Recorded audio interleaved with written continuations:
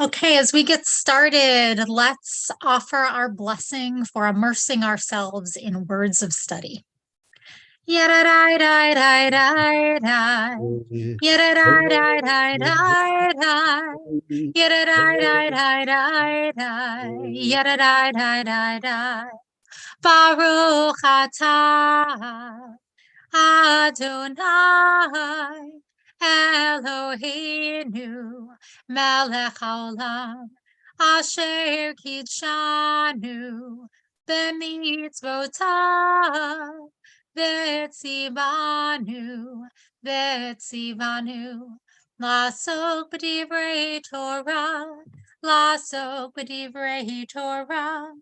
הפוך בה לעסוק בדברי תורה. Yada-dai-dai-dai-dai-dai. Yada-dai-dai-dai-dai-dai. Yada-dai-dai-dai-dai-dai. Yada-dai-dai-dai-dai. So I am really, really, really excited about this particular week because not only is it Shabbat Shirah this week, so it's Shirat Hayam, it's the song and the poetry of the water after the Israelites are leaving bondage, right? But our Haftarah portion is also focused on one of the female prophets within our tradition.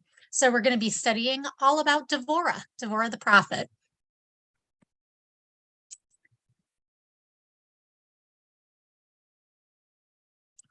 Okay, I'm going to share my screen with this momentarily. Here we go.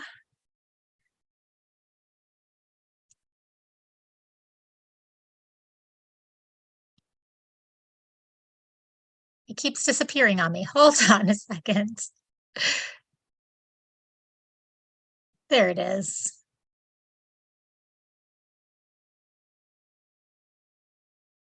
Okay, can everyone see this?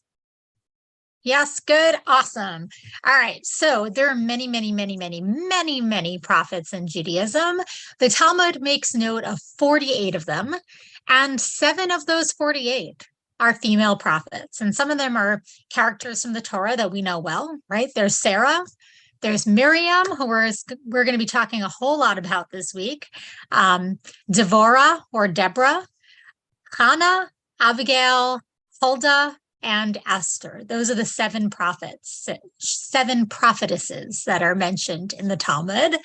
So have you heard of most of these, or are some of these that are totally new to you? I thought only Esther was a female prophet, so I'm glad to hear there was more. Yeah. Yeah, so let's talk about who some of them are, right? The very first of them was Sarah, who we know was Abraham's wife.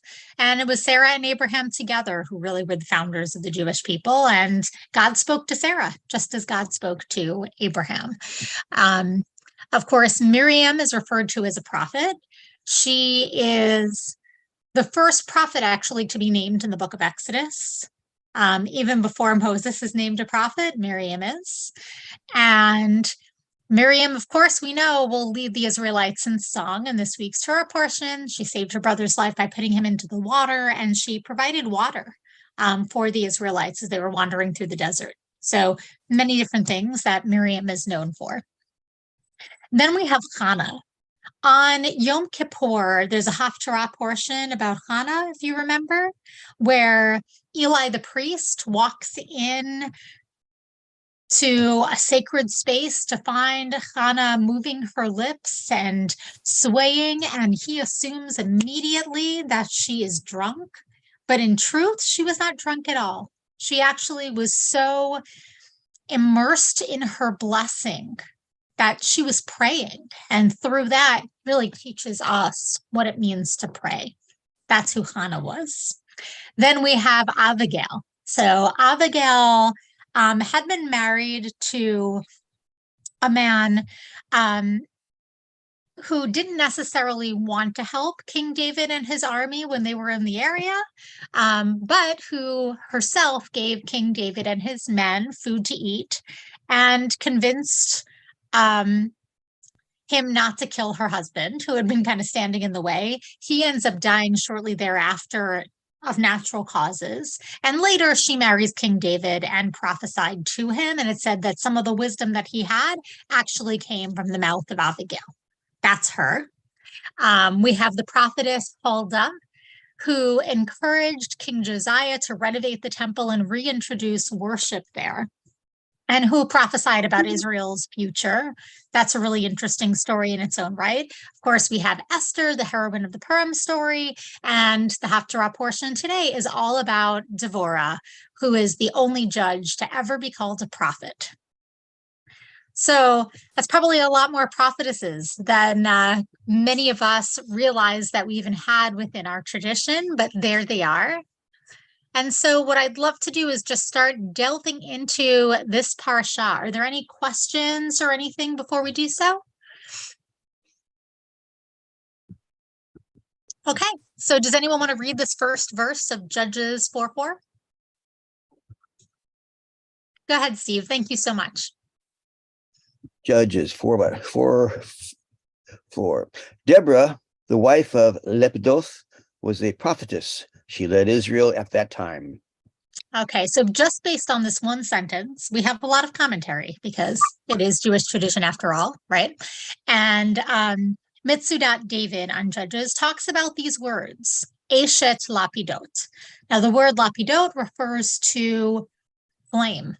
That's what it refers to. And so this is really all of the detail we're given of who Devorah is. So the rabbis say, we need more of a backstory here. Let's try to understand the meaning of these words.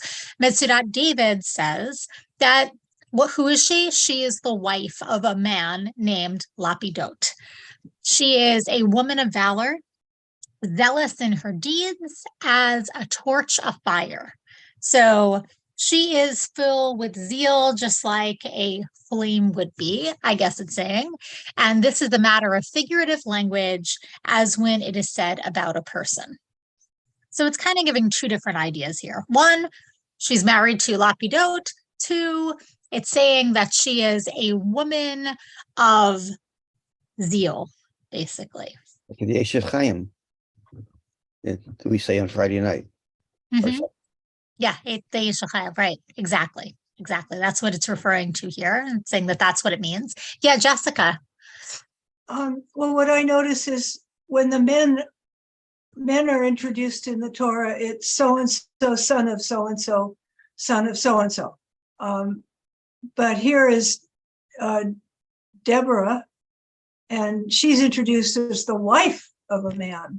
That's like her position in the universe. Just saying. Yeah, no, it's a really important point that we see the difference in how people are classified based on their gender. Yeah.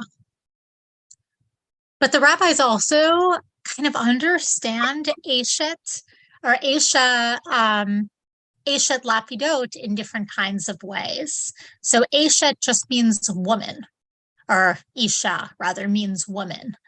And we're going to see that maybe it's not necessarily that she's the wife of a man.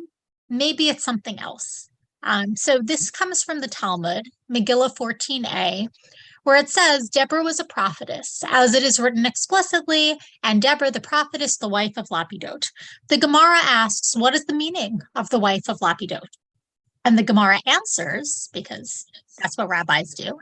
First, she used to make wicks for the sanctuary, and due to the flames, Lapidot, on these wicks, she was called the wife of Lapidot, literally a woman of flames. So perhaps it's not actually that she was married to someone named Lapidot, but rather she is a woman of flames because of the special job that she had in doing something sacred at the sanctuary. Which would mean she's not classified for who she is the daughter of. She's classified for the work that she's bringing to serve the community, which is pretty interesting as well. But there's one other translation that I thought was really cool that I came about. So Tikva Freimer-Kensky, who's a modern Torah scholar, points out that Eshet Lapidot can also be translated as either woman of torches or, as she puts it, a fiery woman. Now, what it's saying is Deborah is a fiery woman. So what do you think is meant by that? She speaks her mind. She speaks her mind. Yeah.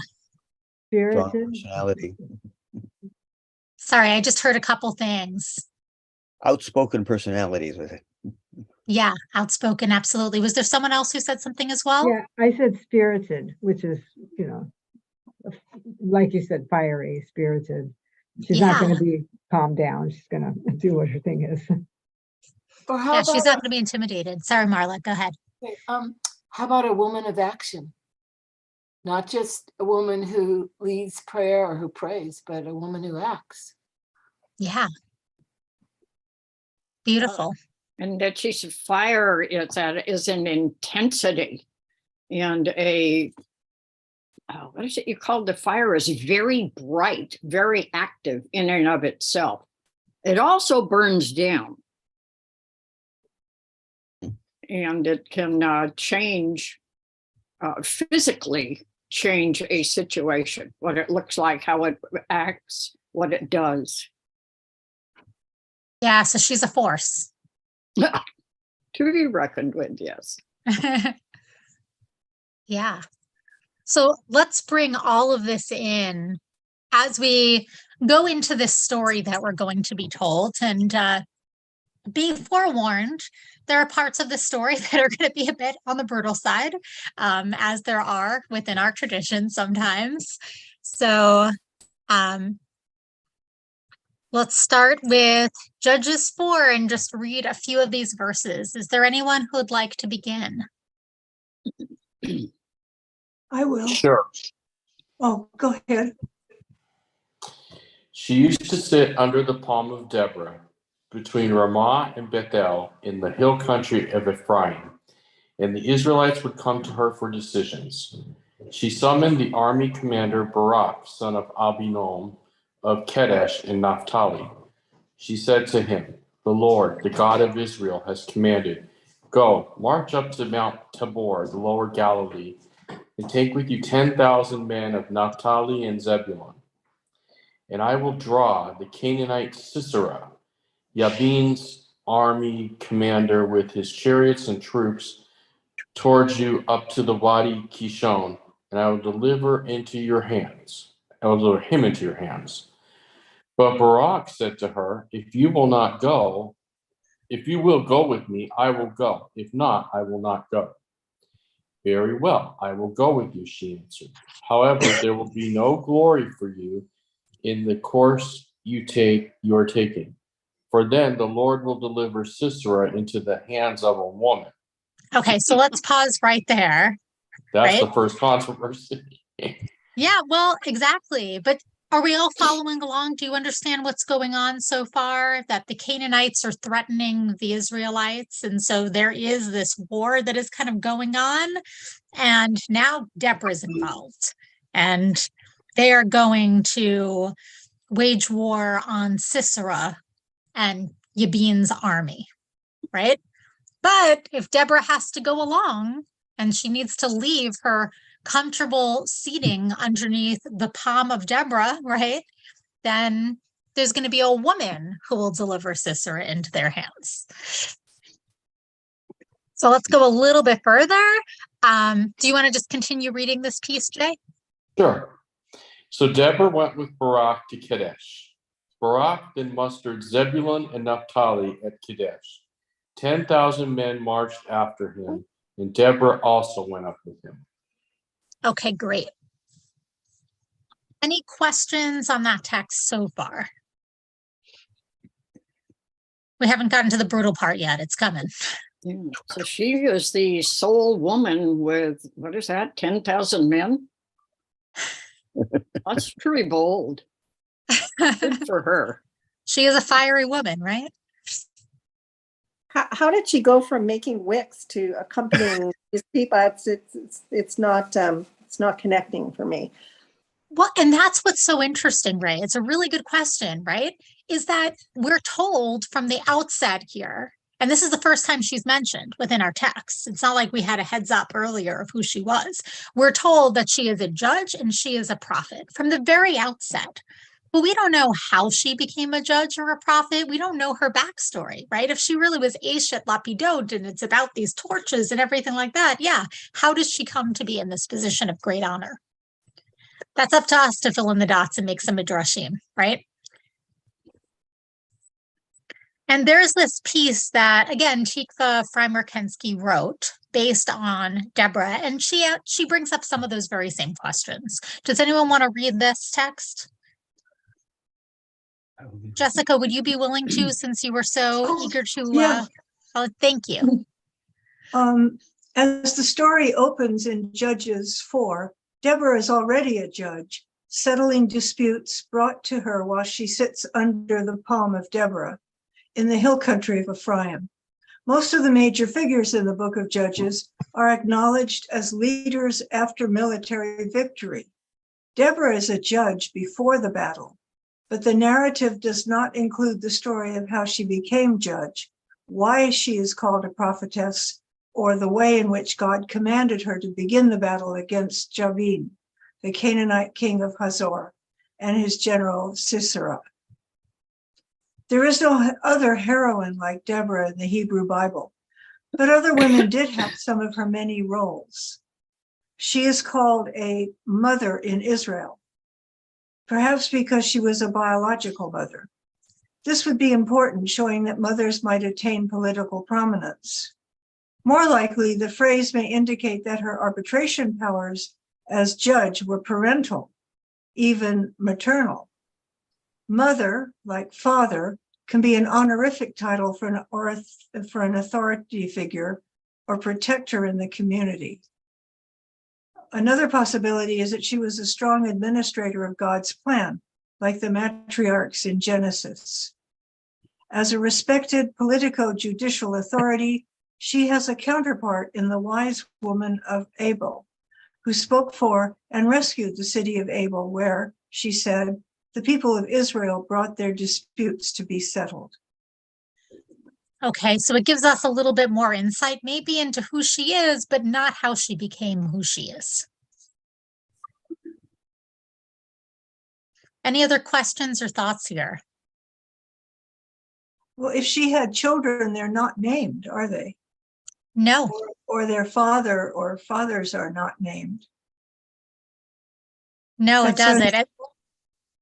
Well, Yeah, unless it means something else, unless mother in Israel isn't referring to her actually being a mother, but rather attaining this role, which is why I think Tikva Freimer-Kensky put that in there. But we don't know, right? So you know what I think? I think Freimer-Kensky did a great job here by listing these possibilities. But in my mind's eye, I'm thinking they're all true. Everything here, not just possibilities, but probabilities. Maybe that's all of the above. Yeah. Yeah, they're not either or necessarily. They could be overlapping with one another. Which I think is emblematic. I'm going to say something here, not to be offended to my male student colleagues here, but you know what? I think women do a lot of things and wear a lot of hats. Not to say that men don't, but I think multitasking is a strength in women and a goal for men, typically. Now, don't yell at me, you guys. But maybe that's what's going on here. That's very, very possible. And she may or probably has some support in her family, which probably has some effect, is an effective family and a wealthy family. And there are some texts to that extent as well that talk about how maybe she has some wealth and that's part of how she was able to attain what she was. There was actually more possibilities in Tikva Freimer-Kensky's article, which I encourage you. You can find the sheet, you can look it up, you can read the whole thing yourself because I included the link. I made it a little bit shorter just so we weren't too overwhelmed, but there's a lot that's in there that's worth reading and studying. Okay, are we ready to go into the brutal part of the story? Yeah. Now that I built it up, all right, here we go. Does anyone want to begin reading? Go for it, Steve. Sisera was informed that Barak, son of Abinoam had gone up to Mount Tabor. So Sisera ordered all of his chariots, 900 iron chariots, and all the troops he had to move from Haroseth Goim to Wadi Kishon. When Deborah said to Barak, "Up, this is the day on which the Lord will deliver Sisera into your hands. The Lord is marching before you." Barak charged down Mount Tabor, followed by the 10,000 men, and the Lord threw Sisera and all his chariots and army into a panic before the onslaught of Barak. Sisera leaped from his chariot and fled on foot. Barak pursued the chariots and the soldiers as far as Haroseth Goim. All of Sisera's soldiers fell by the sword. Not a man was left. Sisera, meanwhile, had fled on foot to the tent of Jael, wife of Heber, the Kenite, where there was friendship between King Jabin of Hazor and the family of Heber, the Kenite. Okay, so that's a really, really important detail to have here. Okay, so King Jabin, who is the enemy of the Jewish people, right? He's the Canaanite. He's the one who's sparking all of this violence, has a friend within the Jewish community who is protecting, right? So something is getting in the way. And he knows, Sisera knows that there might be a place of safety here within the Israelite community by going there. Got a headache coming up, though. Well, there certainly is one, to say the least, right? And this is also, look at it, Yael, or here it says Jael, but if you look at the Hebrew, it's Yael is her name, right there. She is the wife of Heber, the same one who's a friend of the king, right? So her husband is kind of going along with the Canaanites, but Yael obviously does something a little different. So let's talk about that headache. Do you want to continue or should someone else? Fine. Yael came out to greet Sisera and said to him, "Come in, my lord. Come in here. Do not be afraid." So he entered her tent and she covered him with a blanket. He said to her, "Please, let me have some water. I'm thirsty." He was from Brooklyn, right? She opened a skin of milk and gave him some to drink, and she covered him again. He said to her, "Stand at the entrance of the tent. If anybody comes and asks if there is anybody here, say no." So Yael, wife of Heber, took a tent pin and grasped the mallet. And then, when he was fast asleep from exhaustion, she approached him stealthily and drove the pin through his temple till it went down to the ground. Thus he died. Now Barak appeared in pursuit of Sisera. Yael went out to greet him and said, "Come, I will show you the man that you are looking for." He went inside with her, and there Sisera was lying dead with the pin in his temple. Okay, I did warn you, it is a bit gruesome, right?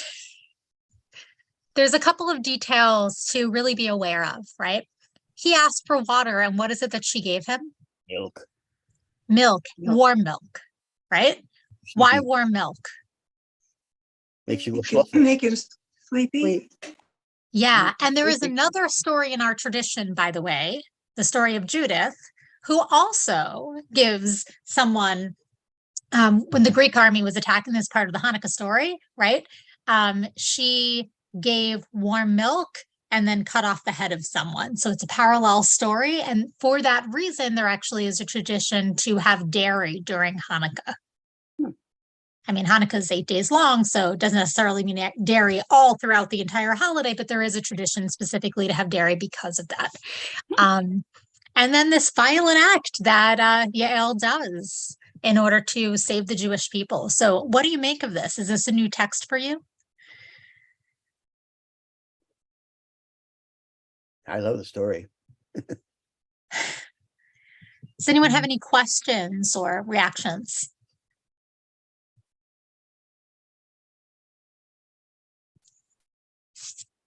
Quiet group today. Well, it sort of drives me, sort of perplexes me a little bit that the idea that a person can just take a tent pin and a mallet and kill somebody, and nothing seems to happen to her. Well, I guess she celebrated. yeah, and she's celebrated for killing somebody. Well, it And wasn't just that's somebody. not really usually the Judaism that I practice, where we celebrate when somebody's killed. That's not, I always think of what Golda Meir used to always say, we celebrate when we plant trees in Israel, not when somebody dies. So why do you think that people celebrated Yael? Well, she killed the enemy. The leader of the enemy. Right. I mean, Yeah. she's not a shrieking violet. So she's, totally out of character for what you think of women in that part of the world at that time, right? But it starts out with a female judge prophetess to begin with. So, you have a sense that the females are going to be different type of characters. And so here you have another woman that's named, and obviously she had a strong sense of identity with her Jewish roots and her people, and she was going to do whatever it took to get rid of the enemy. So yay for her. Right. And if it was a man who killed an enemy of the group, wouldn't we celebrate that? That's exactly what I was just going to say. Hey. A man agrees with you. No, but you're absolutely right. I mean, this was a wartime, this is she can't put on the armor, say, because this physical things, but she could still partake in this war and this army and do a big kill. I guess it would be a big kill in the army. So the general or the leader of the other army. So Yeah. So I hear this grappling going on within the community, within this group right here. And also just looking at Brian's message in the chat over here, where he points out the story in the Talmud of God scolding the angels for being happy when Egyptians are, killed in the course of the Israelites being saved. And the idea of that story was essentially that, yeah, the Israelites were singing on the shores of the sea. They were singing for their freedom. They weren't necessarily singing for the death of the enemy. They were singing because the war was over. And here we have something that is a circumstance of war. There is incredible war. Sisera wants to kill the Jewish people, right? And he has killed a lot of Jewish people as part of the Canaanite military general. And when he's killed here, those battles are over, right? The war basically comes to an end because of that act. And yet it is this violent act that we do and perhaps should feel very uncomfortable with, right? But it's in the course of war. And this being a woman, it's really, really interesting. She creates this safe place and says, here, don't be afraid. You're fine. Come in here. I'll take care of you. And then using that sense of security, because after all, she's just this small little woman anyway, right? She comes and actually kills him and puts an end, does what her husband could not, does what so many other leaders could not do.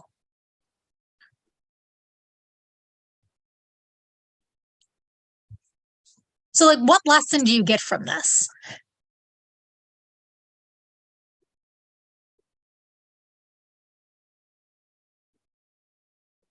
I think it's great to see a woman glorified and honored for doing her part to save her people. Yeah, that's a challenging thing to do, to make up your mind and do that and save your people. I'm always glad when I see a woman who is recognized. Yeah. If we change the framing away from that she was celebrated for killing Sisera to rather she was celebrated for saving her people, does that change anything for you? Yes, 100%. I think that sound is much more, what we would expect from somebody who's saving the people. And the way it's worded is very much, well, he died. And I think that's a little, well, it is what it is, I guess. Yeah, but it's very brutal.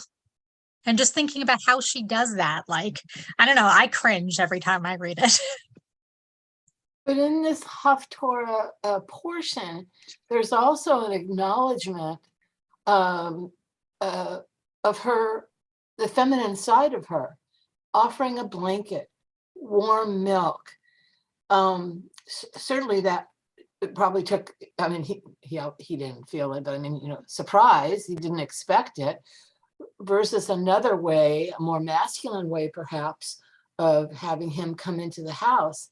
And it's an acknowledgement here in a book that usually promotes, you know, male kinds of things and whatever. It's pretty interesting to me. This is an acknowledgement of who she is, totally, of her whole self. Yeah, beautiful. Jessica.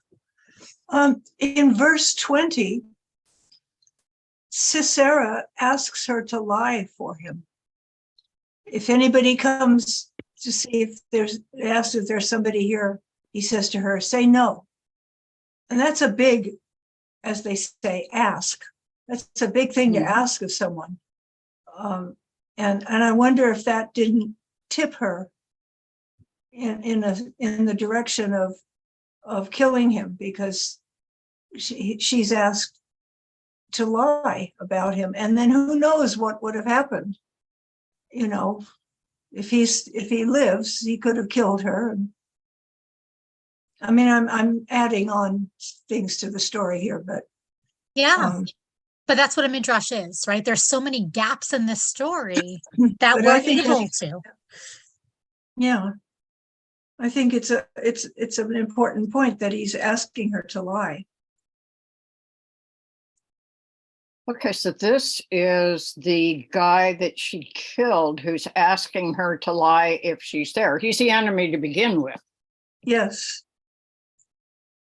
Think if you're the wife and you have to, and you're going to do this, again, it's a big family. It's a very prominent family. You are, I totally agree with you. You are saving your people.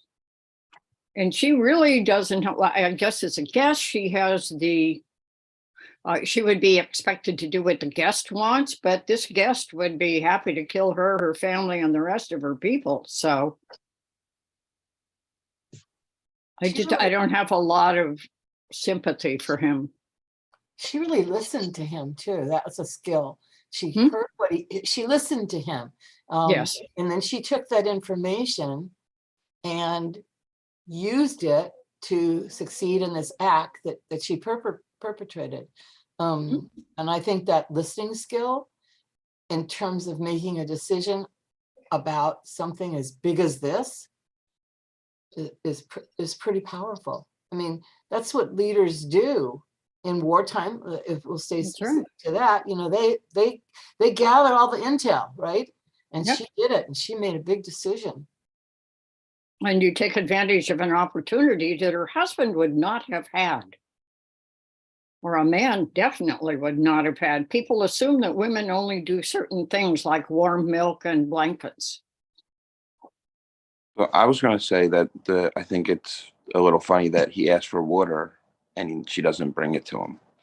She brings him milk instead. So I think it's funny. Typical woman. No, I'm just kidding. I'm just playing.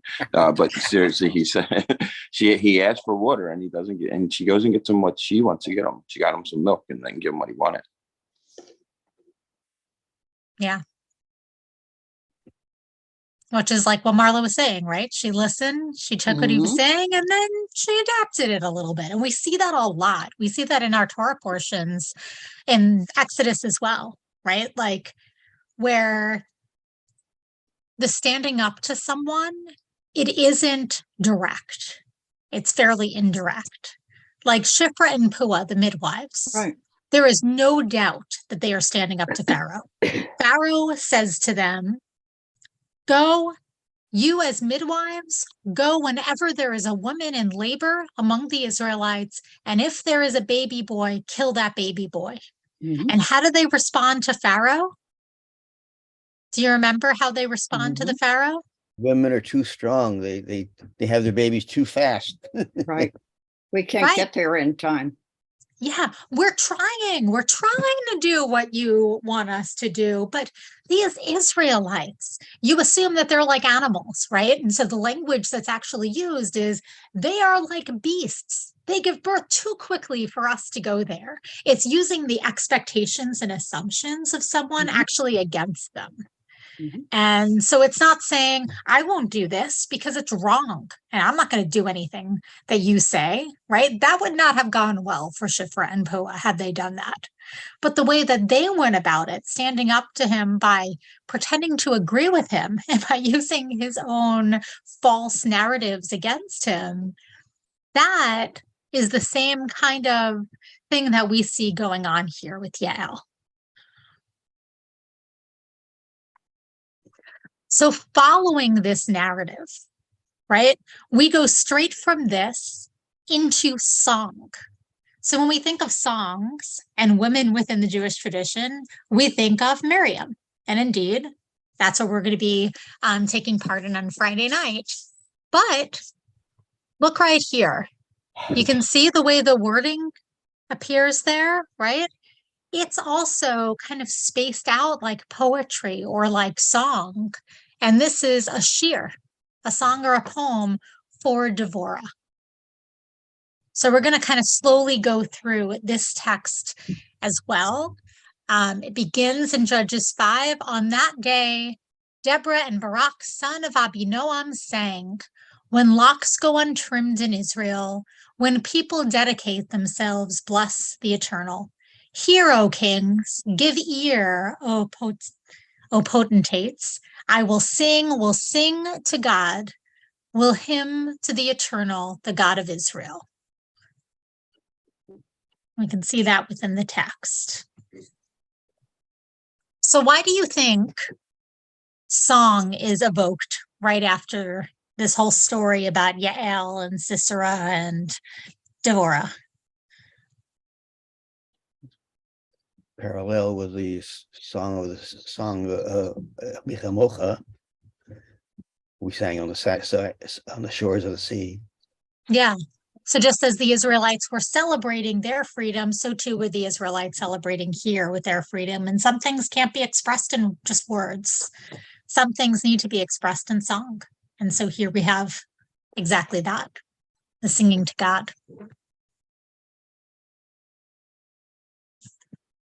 Does anyone want to read these next couple of verses?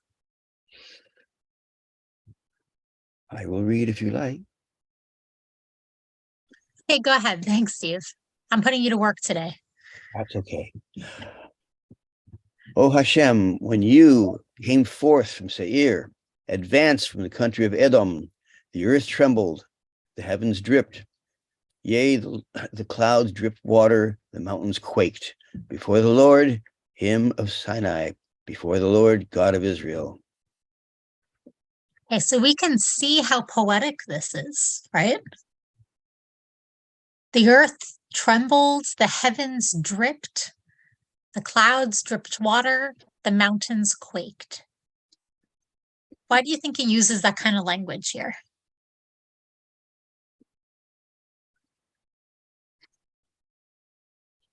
Very descriptive, for sure. Mm-hmm.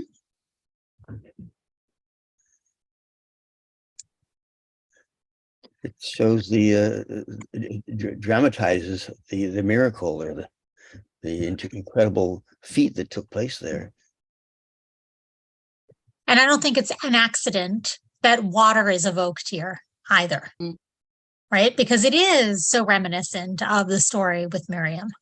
That was definitely in the minds of everyone in having this text. There aren't that many Jewish prophetesses, right? Certainly not ones who were able to bring the Israelites to a place of freedom. Oh, this is the text I referred to earlier. I put it in the wrong place when it was talking about Devorah's date tree. It says that she owned date trees in Jericho between Ramah and Beit El on Might Ephraim. From Yonatan's translation, we infer that this message is not meant literally, that these are not intended to identify her dwelling place, but rather we learn that she was an affluent woman with financial interests in those places. She lived in Ataros, and she owned date trees in all of these different places. So that's that idea, Rabbi Catherine, that you were talking about, that perhaps she had some, status of wealth that gave her some respect.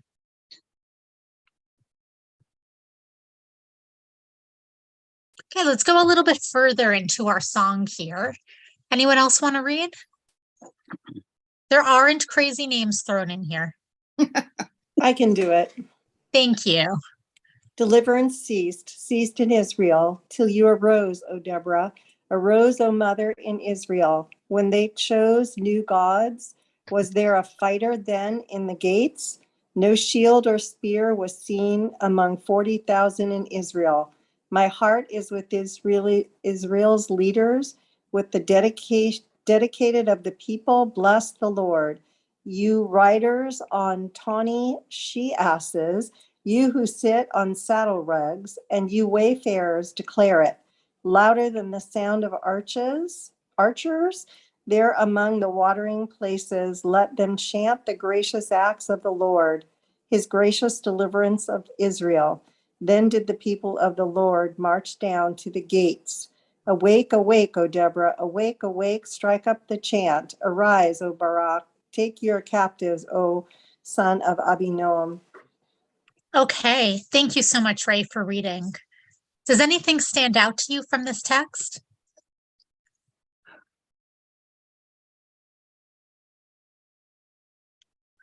Is this one of the times when the Jews were kind of like not very good about Judaism? But did it say at the beginning? It says that there is, Arise, O mother in Israel, when they chose new God. Who chose new gods? What was happening? Yeah, so these are the Canaanites, right? Who are idolaters, right? They had many, many gods. And it was war in part because they were trying to convert Jews to different gods, to worshiping different gods. And there is this idea within our tradition that I think is probably more harmful than helpful, that if something bad happens, it's because the Israelites are on the wrong path. And so that's kind of an underlying thing here. Why are they at war with the Canaanites? Why are things going poorly? Oh, it's because they're not staying true to God and doing what's right.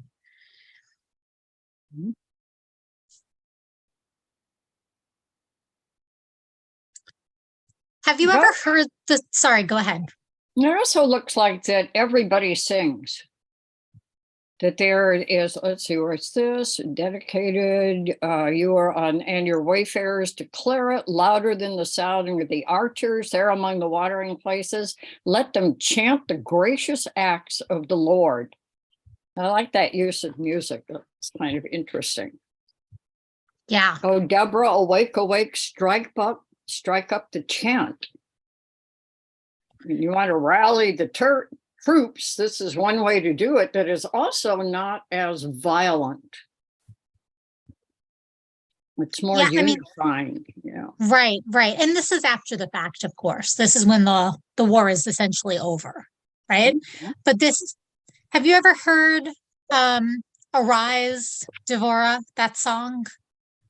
Because there is a pretty famous song, I think Debbie Friedman wrote it, right? Arise, arise, Devorah, arise, and sing a song. And yeah, it's this feeling of bringing everyone together after something that had been tearing them apart, after something that had been such a hardship for the Israelite people. Now that they've gotten through it, now that Yael did this act, now that the war is coming to an end, to be able to unify as one in song. And to praise God, and to praise the fact that they can be free.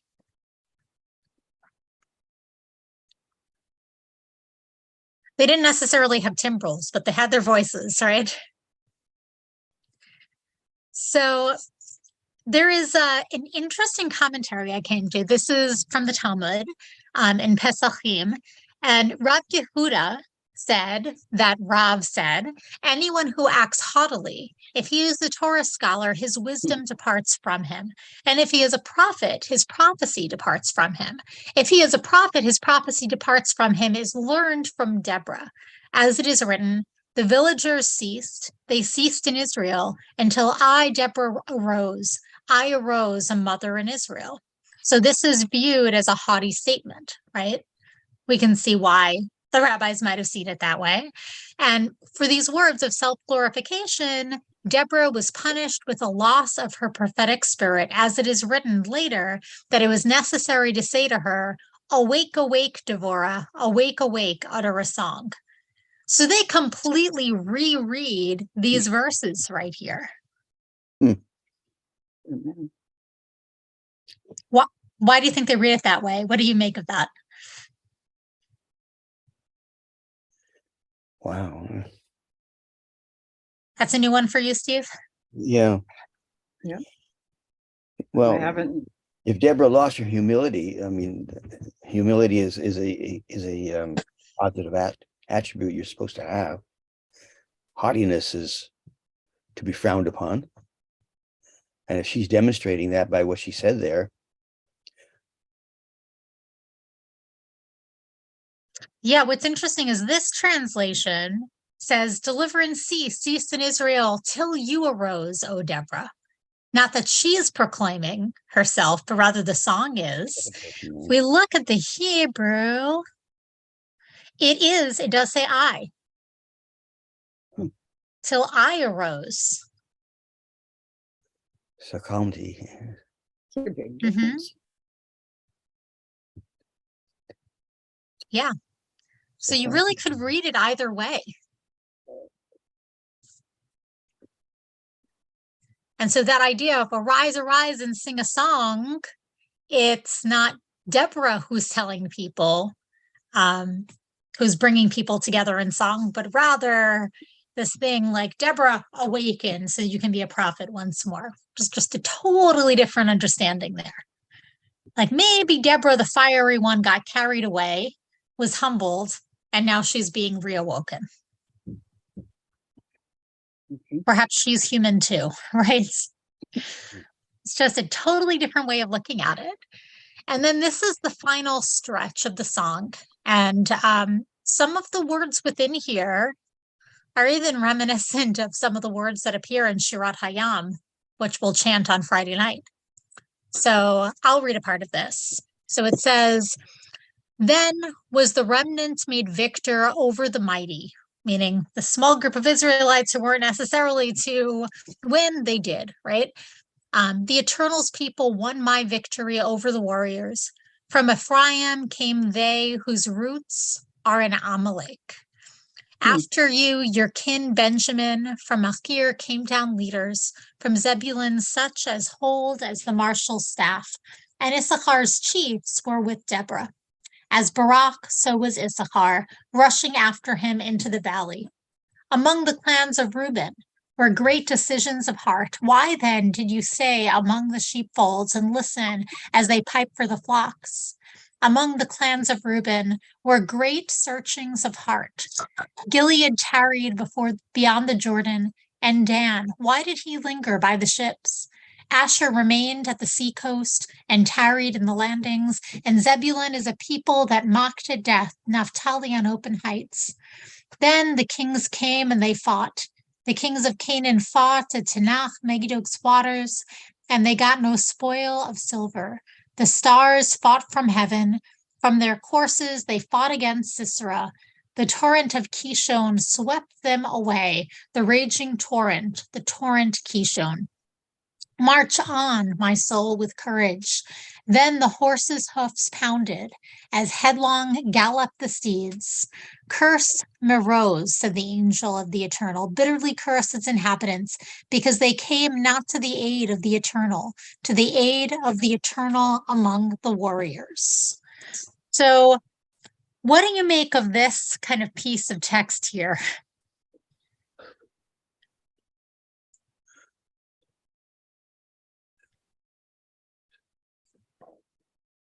There's a lot of names and there's a lot that's going on within this text, right?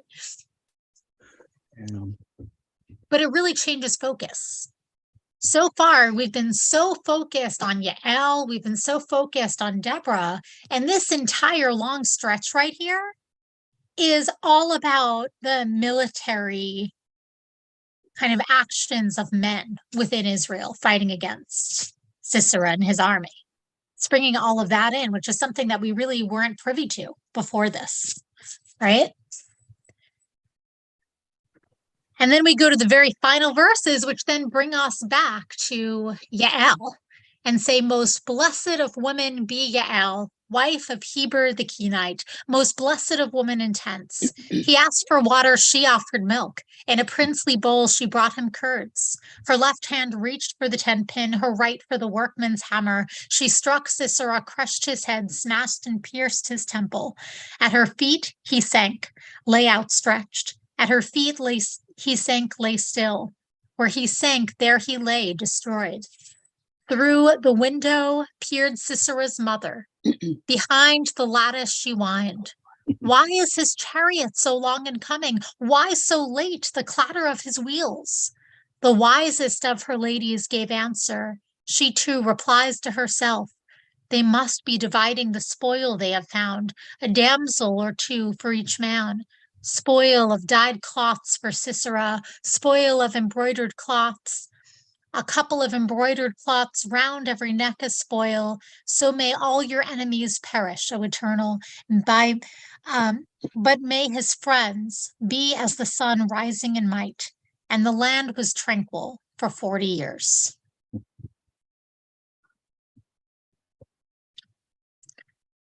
So it's almost like the text is adding in midrashim here. This image of Sisera's mother kind of peering out the window, waiting for him to return is kind of an interesting one. And assuming that he will return. With spoils. Yes. And Right, the damage. reason he's late. It has to be that he's dividing up his spoils. It's fascinating how many times women are mentioned in this, and also that men would have said, get up, Deborah, like get up and help us out.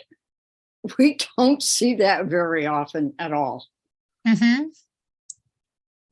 You know, I always feel sorry for the mother when I see this piece read. Yeah. That's exactly what I was going to say. It's a stark reminder that although a bad person to our people, still somebody's son. Mm-hmm. And that's part of what I think is so powerful about these texts here. Because Yael isn't just portrayed as a warrior. She's portrayed as a motherly figure. She's portrayed for different aspects of herself. Deborah is portrayed for many aspects of herself. Sisera, too, is portrayed for many aspects of himself. He's not just a warrior.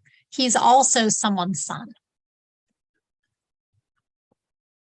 So a reminder of humanity, I think, is a really powerful message here. How many mothers of warriors over the centuries have done exactly just that. Mm-hmm. Exactly. Mm-hmm.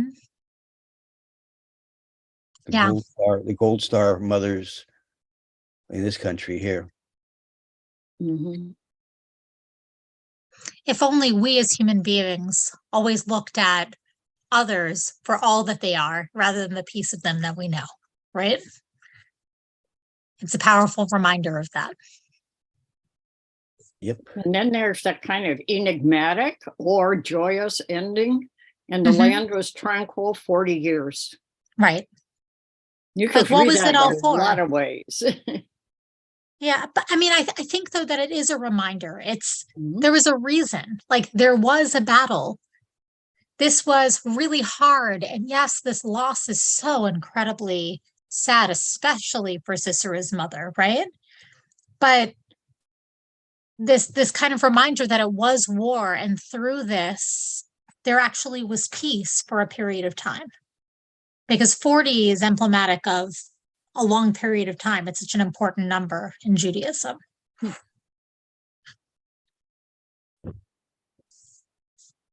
Yeah, that it was for something. Well, and again, it was a reminder that we were straying away from what God had asked. And if there is something that is done to make sure that there is a reason for it and that we keep true to that reason, that no one dies in vain, kind of a thing. There's just a couple of final pieces that I wanted to bring in here. One is Legends of the Jews, which teaches that the task allotted to Deborah and Barak to lead the attack upon Sisera was by no means slight. It is comparable with nothing less than Joshua's undertaking to conquer Canaan. Joshua had triumphed over only 31 of the 62 kings of Palestine, leaving at large as many as he had subdued. Under the leadership of Sisera, these 31 unconquered kings opposed Israel. No less than 40,000 armies, each counting 100,000 warriors, were arrayed against Deborah and Barak. God aided Israel with fire and water, the river Kishon and all the fiery hosts of heaven, except the star of Meroz fought against Sisera. So that this was quite an undertaking. When it said a remnant of Israel stood against them, they weren't kidding, according to this, right? Israelites didn't stand a chance next to these kind of numbers. And then in Mechilta, there's this other text, which is a midrashic text, that Rabbi Nehemiah says, if one takes upon himself a single mitzvah in true faith, he is worthy of having a Holy Spirit repose upon him. And thus do we find with Moses, David, and Devorah that in the fullness of their faith, they chanted song and the Holy Spirit reposed upon them. That this song is actually emblematic of the spirit that rose in them, where they were doing something for God. Which is an interesting way of understanding music and the Israelite song. Well, and the use of music, the use of song to unify and to celebrate. It's like the 8 cantors. And all those who are musical, right? All those who are going to be lifting our tambourines on Friday night. Yeah. So, I mean, I hope that you enjoyed this opportunity to kind of dive into one of our female prophets who is so big a part of our tradition and who we don't have an opportunity to study very often, to be able to celebrate the songs within our tradition, the Song of Deborah, the Song of Miriam, and that this motivates you on Friday night to come timbrel in hand, ready to celebrate with the songs of our tradition that unify us as a people and that connects us to something that is so much bigger than ourselves. Well, thank you all so much. It was great being with you, and we'll continue our Torah study next week. Bye, everyone. Thank you.